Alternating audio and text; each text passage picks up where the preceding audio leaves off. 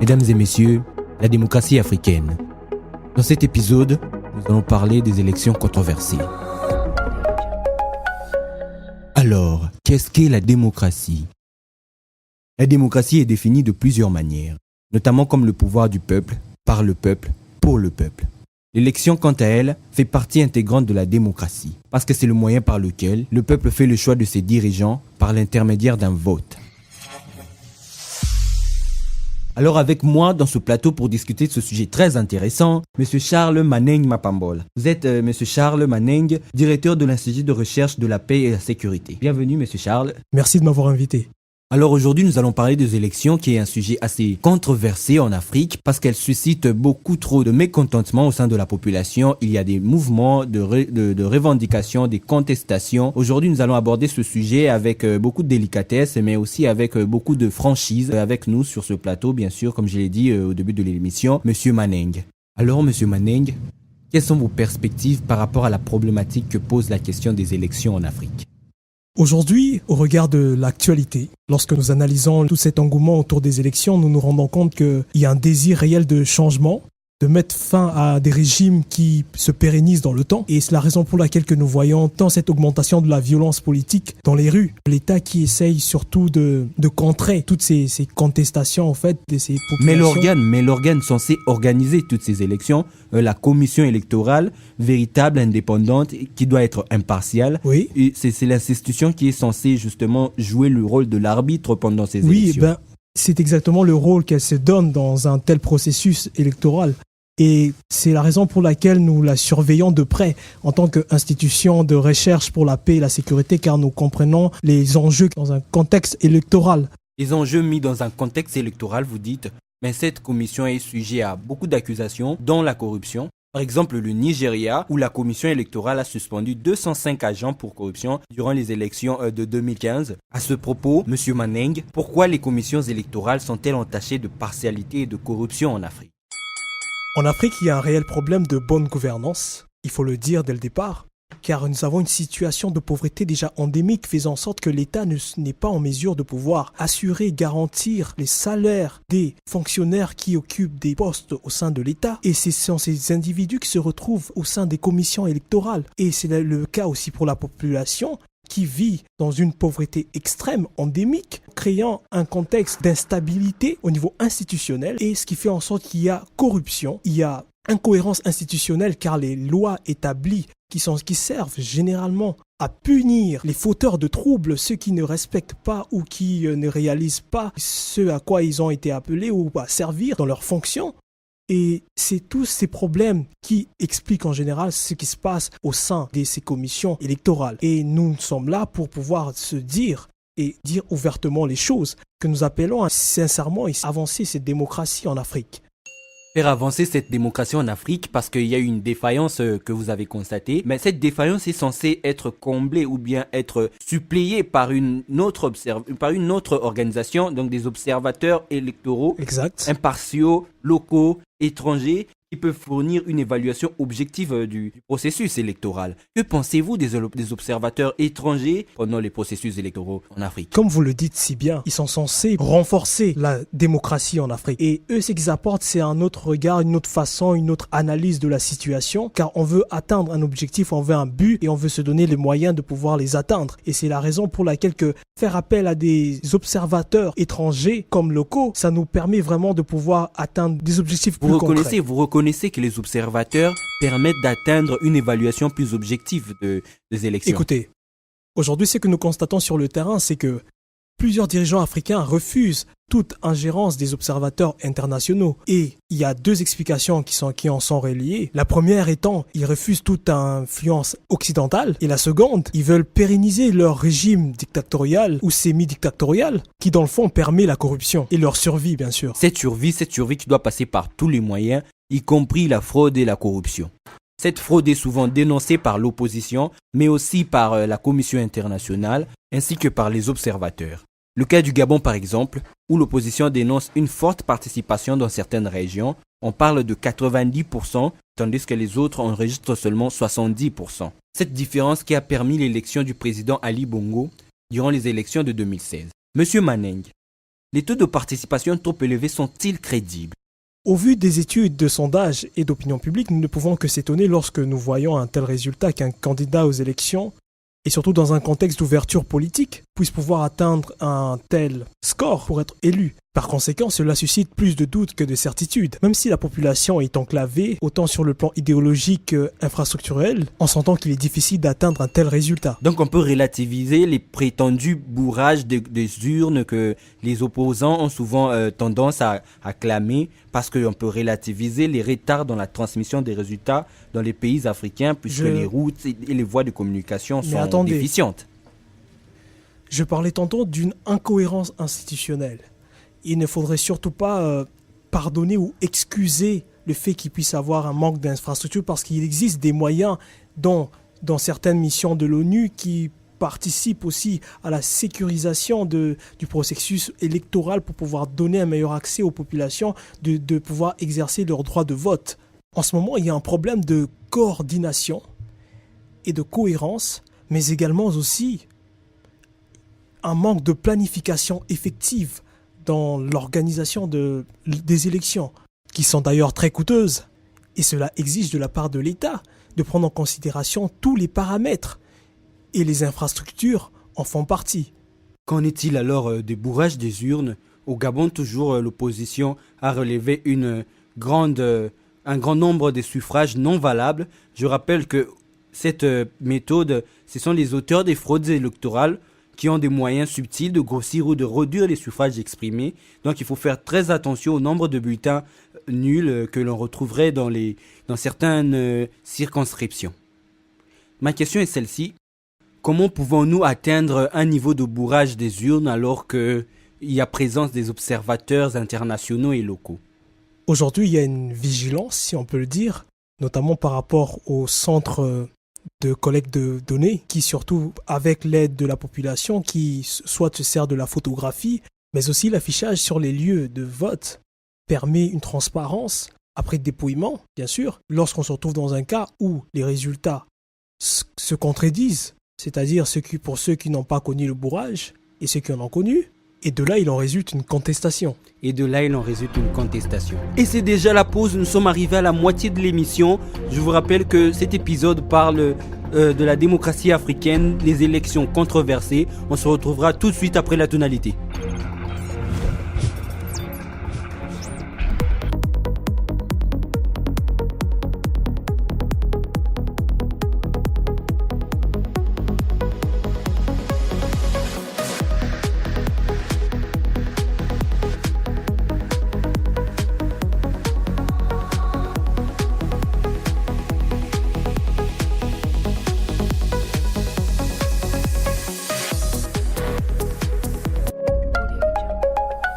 De retour dans cette deuxième partie de l'émission consacrée à la démocratie africaine, je rappelle que nous reprenons sur le sujet de l'épisode aujourd'hui qui porte sur les élections controversées en Afrique. J'ai avec moi sur ce plateau M. Charles Maneng Mapambol. Monsieur Maneng, vous êtes directeur de l'Institut de recherche pour la paix et la sécurité. Et pour reprendre avec le sujet, eh bien, les élections en Afrique n'est pas seulement un sujet de dirigeants fâchés ou bien de population en colère, mais c'est aussi une question de contestation qui est assez récurrente dans les élections africaines. Loin d'être anecdotique, les rituels de contestation électorale trahissent donc un refus de règles du jeu de démocratie ou plus profondément du suffrage universel par les acteurs politiques africains. Ces derniers continuent encore à se considérer comme les maîtres et les propriétaires de la société, ont écrit nos confrères de Mediapart en octobre 2015. Ce qui n'est pas faux d'ailleurs, puisque ce sont toujours les mêmes systèmes qui demeurent, et ce sont ces mêmes acteurs qui façonnent les règles et qui s'en servent à leur profit. À leur profit, moi je profite de votre présence pour vous poser la question, Monsieur Maneng. Pensez-vous que les rituels de contestation africains sont vrais? Il existe une institution qui devrait plutôt s'en charger, comme nous parlons tantôt de la commission électorale. Mais nous pouvons quand même voir à travers la collecte des données qui est faite par des observateurs, tant des ONG qui sont sur place et qui participent. Et d'une part, comme nous pouvons le voir, c'est les cas de corruption, de fraude, qui demandent souvent interpellation. Et ce qui fait en sorte que les ONG puissent pouvoir aussi se rassembler, la société civile qui joue effectivement un rôle très important en l'occurrence, et puis aussi les acteurs politiques, surtout l'opposition, qui souvent subissent différentes pressions, mais aussi qui se voient privés de voix. Et la contestation, souvent de manière sporadique et surtout par la rue, permet en sorte de pouvoir faire entendre sa voix lorsque toutes les institutions ont été verrouillées et qu'il est impossible de pouvoir passer de manière institutionnelle, donc c'est-à-dire suivant les procédures qui ont été établis par la loi pour pouvoir protester. Quand c'est impossible, il est tout à fait normal. Mais il serait dangereux de faire de la contestation un rituel, puisque nous voyons déjà les acteurs, l'opposition, ont souvent tendance à contester bien avant la publication officielle des résultats. Je rappelle que cette contestation, si elle n'est pas un rituel, mais elle est quand même assez récurrente, parce que je vais reprendre les cas de la République démocratique du Congo, par exemple, où la Cour constitutionnelle a dû recevoir des contestations, non pas seulement du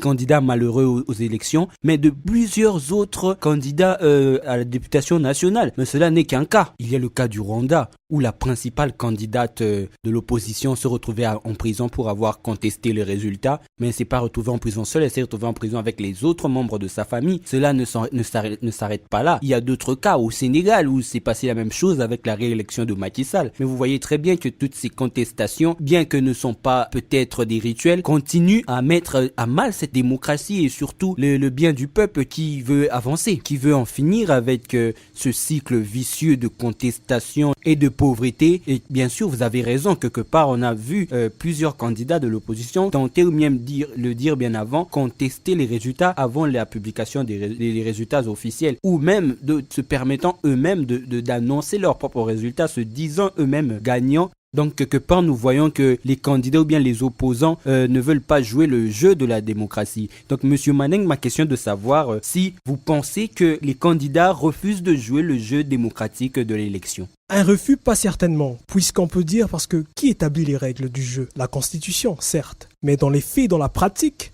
c'est plutôt des acteurs politiques, surtout dans la scène africaine, qui établissent les règles, la manière qui dicte. Et la raison pour laquelle nous voyons un prolongement de fois des résultats des élections, un report à peu près, ou même une certaine configuration, un jeu avec la Constitution, et qui fait en sorte qu'on se retrouve dans cette sorte d'engrenage qui nous permet de pouvoir, pour pouvoir arriver à des contestations, comme nous sommes vraiment en train de dire, avec tout un mouvement social qui se lève, qui brandit. Et on peut le voir non seulement au cas de l'Afrique subsaharienne, on peut regarder aussi au niveau de l'Afrique du Nord, tel que le cas de l'Algérie. Mais nous pouvons aussi voir, pour revenir encore plus tôt en avant, nous avons eu le printemps arabe qui a pas forcément fonctionné comme la population l'aurait souhaité et qui s'est au fait propagé jusqu'en Syrie.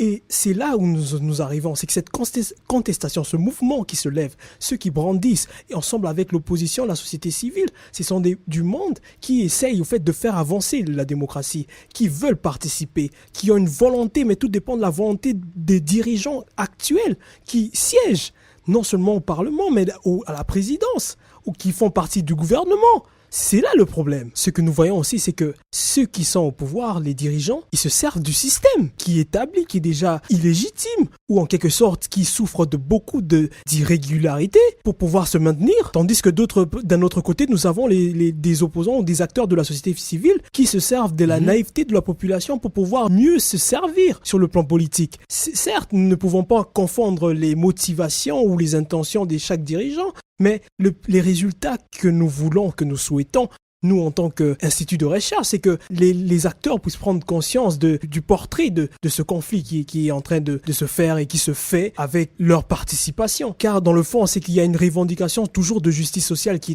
demeure dans le fond. Car les gens veulent l'accès, le droit à l'éducation, le droit à la parole, la liberté, la légitimité, la liberté de la presse. C'est tous ces facteurs-là qui font en sorte que nous puissions avoir un peuple qui souffre, qui est frustré. Frustration justement qui se transforme en crise post-électorale, une fatalité en Afrique, écrivent nos confrères de Slate Afrique, qui disent que c'est devenu un rituel immuable très souvent lors des élections présidentielles.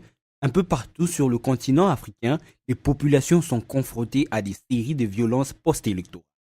Justement, Monsieur Maneng, Les crises post-électorales en Afrique sont-elles voulues? A priori, ce n'est jamais blanc ou noir. Il faudra contraster cette opinion. C'est-à-dire que pour certains dirigeants, c'est bien voulu, c'est souhaitable. C'est-à-dire ils auront la capacité de rester si longtemps, d'où je vais évoquer le concept de sécurisation, qui est le processus par lequel on arrive à évoquer un problème ou certains acteurs comme étant la menace. C'est-à-dire pour les raisons sécuritaires, par exemple, ils vont se dire, tiens, on va reporter les élections, ça va créer plus d'instabilité. Pour l'instant, il faut se maintenir au régime. Pour maintenir le pays, il faut garder l'intégrité nationale. Et de l'autre côté, cela se dévoile facilement à travers un report des élections, c'est-à-dire qu'on nous fait patienter pour savoir la date des élections, par exemple, où on ne sait absolument pas comment vont se dérouler l'organisation des élections.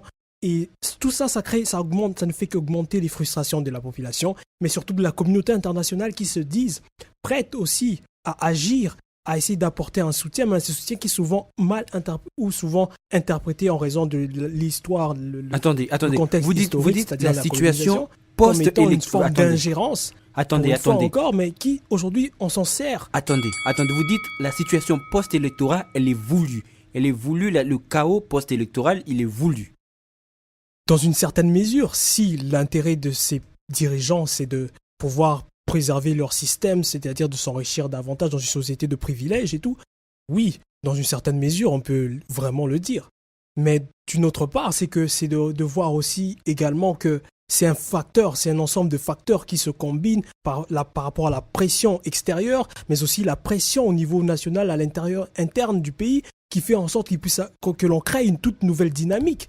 Et dans cette dynamique, il faut regarder c'est qui maintient la force, c'est qui détient la force, et c'est qui est en mesure de pouvoir contraindre par la force. Et c'est aussi là aussi le danger que nous pouvons voir, d'où aussi l'instabilité, d'où la crainte que nous avons souvent lorsqu'on arrive à une période électorale, surtout en Afrique. On arrive presque à la fin de cette émission, mais il reste encore quelques questions. Il en reste deux, monsieur Maneng. La prochaine est de savoir, compte tenu justement du contentieux post-électoral qui reste très confus, et la question est de savoir, monsieur Maneng, la Cour constitutionnelle qui est censée venir apaiser les tensions, qui est censée venir jouer l'arbitre après les élections, après les chaos post-électoraux, après les crises, pendant les crises post-électorales. Le cas du Nigeria, par exemple, où la Cour constitutionnelle a pris plus d'une année et demie, s'il vous plaît, pour se prononcer pour l'élection présidentielle d'avril 2017. Ou encore le cas de la République démocratique du Congo, où le président sortant a fait le remaniement ou bien renommé les nouveaux juges pour pouvoir peut-être s'assurer une continuité. Peut-on dire, monsieur Maneng, que les cours constitutionnelles africaines sont partiales? Vous avez donné une partie de la réponse, c'est-à-dire que ces dictateurs ces dirigeants nomment de nouveaux juges, ils les placent comme des gardes pour permettre leur survie, c'est-à-dire d'avoir toujours un œil sur le politique et sur la politique et de pouvoir gouverner à l'ombre, ce qui n'est pas le cas dans tous les pays. Mais c'est là le rôle, c'est que nous nous retrouvons toujours dans une situation où il y a toujours partialité, il y a impunité et le système continue. On espère bien que non. Et justement parce qu'on veut bien que la situation avance, on va poser, ce sera donc la dernière question de cet épisode consacré aux élections controversées en Afrique. La question est de savoir, monsieur Maneng, comment peut-on rendre le processus électoral meilleur en Afrique? Parce qu'on veut le rendre meilleur, nous, en Afrique. Déjà, nous pouvons compter sur la volonté de participation de toutes les sphères de la société, généralement, en Afrique. Mais cependant, il ne faut jamais oublier que la participation politique ou la vie en démocratie ne se limite pas qu'aux élections. Ce qui veut dire que nous devons directement s'attaquer à la cohérence institutionnelle, c'est-à-dire que les règles qui ont été établies doivent être respectées, appliquées, conformément aux règles énoncées, et tout à fait, et suivre le procédure de manière procédurale, que les acteurs arrivent à se conformer aux règles formelles existantes. Parce que nous avons d'une part des populations, parce que lorsque nous invitons la population de manière formelle, c'est-à-dire à travers les élections, de pouvoir d'avoir un droit de se prononcer, c'est-à-dire que nous nous attendons, en tant que dirigeants, il faut s'attendre que le résultat puisse pouvoir être conforme à cette décision de la majorité dont il est question. Et c'est un peu ça. Et aussi de renforcer également tout ce processus entourant le processus électoral avec une meilleure sécurité, une meilleure éducation, une sensibilisation dont souvent la société civile sait comment s'y prendre. Et voilà, une participation de tout le monde, c'est la clé. Une participation de tout le monde, c'est la clé. C'est déjà la fin de cette émission sur la démocratie africaine. Je rappelle que l'épisode d'aujourd'hui portait sur les élections controversées. Nous avions aujourd'hui avec nous le plaisir de recevoir Monsieur Charles Maneng Mapambol. Monsieur Charles Maneng, c'était un réel plaisir de vous avoir et je vous dis déjà à bientôt pour le prochain épisode.